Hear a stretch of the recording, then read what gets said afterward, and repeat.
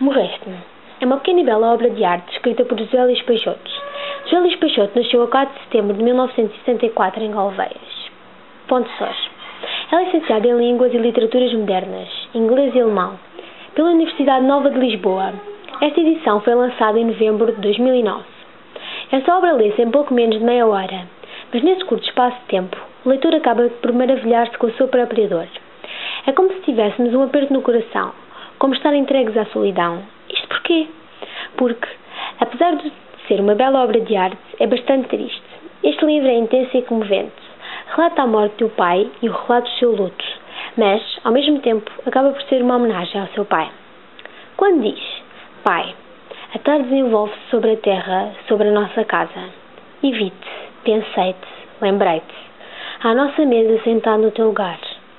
Nunca envelheceste e eu queria ver-te velho, velhinho, aqui no nosso quintal.